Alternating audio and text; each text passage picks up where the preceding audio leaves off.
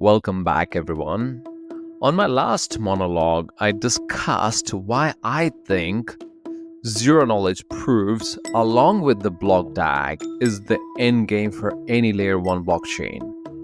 And today, I would like to extend this topic a bit and discuss how a verifiable program, aka vProgs, that runs completely off-chain can still settle on Kaspa.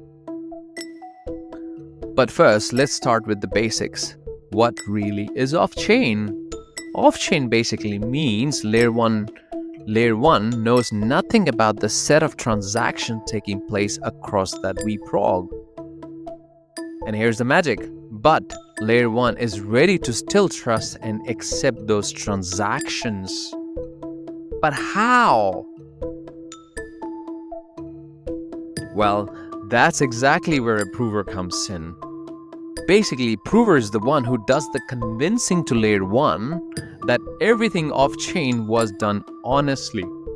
Now, that's a big job.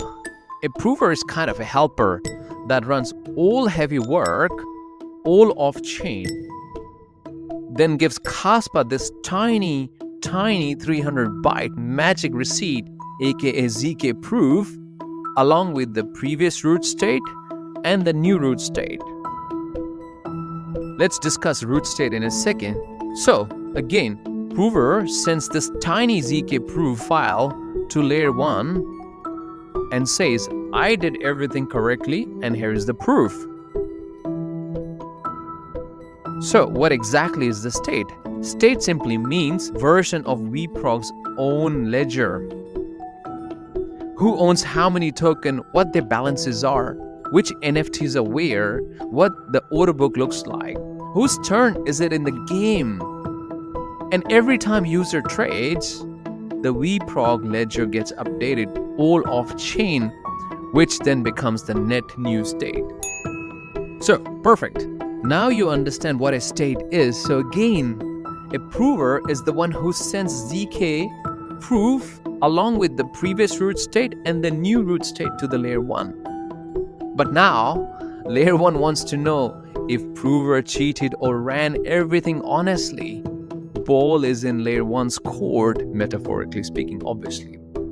Now, layer 1's job is to check few things and either accept the ZK proof or deny it.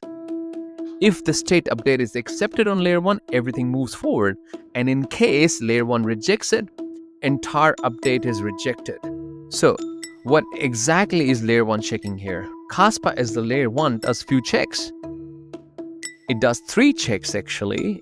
It checks, did the proof came from the correct vProg?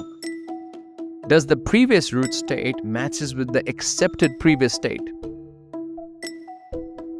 Does the previous root state matches with the accepted previous state? And third, it runs tiny verifier maths on the ZK proofs to see if it matches 100%. If maths adds up, their journey is honest and the new root is accepted and stored on the layer 1. So, see in this equation, if we have no prover, basically have no vProgs. That's quite simple.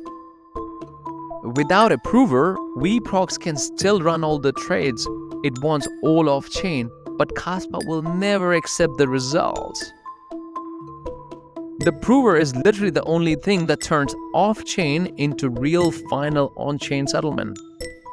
On my next few monologues, I would like to discuss prover networks and especially the entire prover industry that's getting created in front of us.